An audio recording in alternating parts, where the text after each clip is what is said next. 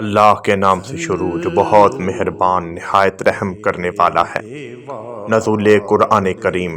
رمضان المبارک کی ایک خصوصیت یہ ہے کہ خدائے کریم نے اس مہینے میں قرآن کریم نازل فرمایا۔ شب قدر نبی کریم صلی اللہ علیہ وآلہ وسلم نے فرمایا، بے شک اللہ پاک نے میری امت کو لیلۃ القدر عطا کی اور یہ رات تم سے پہلے کسی امت کو عطا نہیں کی گئی۔ لیلۃ القدر میں مطلع الفجر، حق کے مانگے استقامت پہ لاکھوں سلام۔ رسول اللہ صلی اللہ علیہ وآلہ وسلم خصوصی رمضان الکریم میں بہت زیادہ سخاوت فرمایا کرتے تھے۔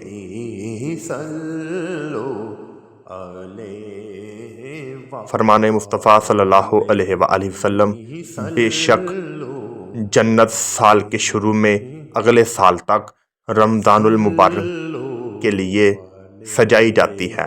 حضرت ابو ہریرہ رضی اللہ تعالی عنہ فرماتے ہیں، سرکار دو جہاں حضور صلی اللہ علیہ وآلہ وسلم کا فرمان ہے، جب رمضان آتا ہے تو آسمان کے دروازے کھول دیے جاتے ہیں۔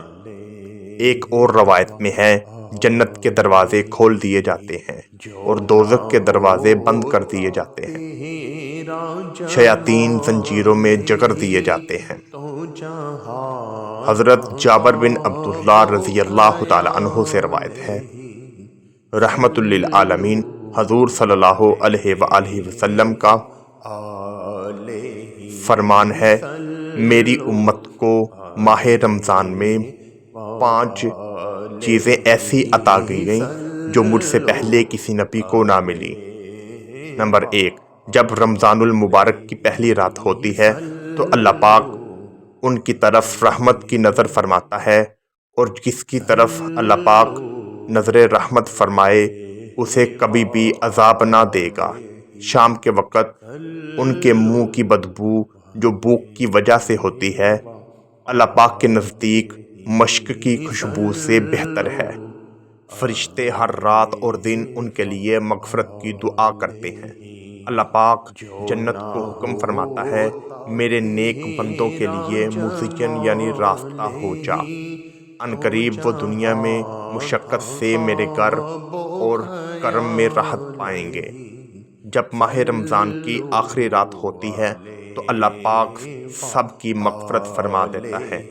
قوم میں سے ایک شخص نے کھڑے ہو کر عرض کیا، یا رسول اللہ صلی اللہ علیہ وآلہ وسلم، کیا وہ لیلۃ القدر ہے؟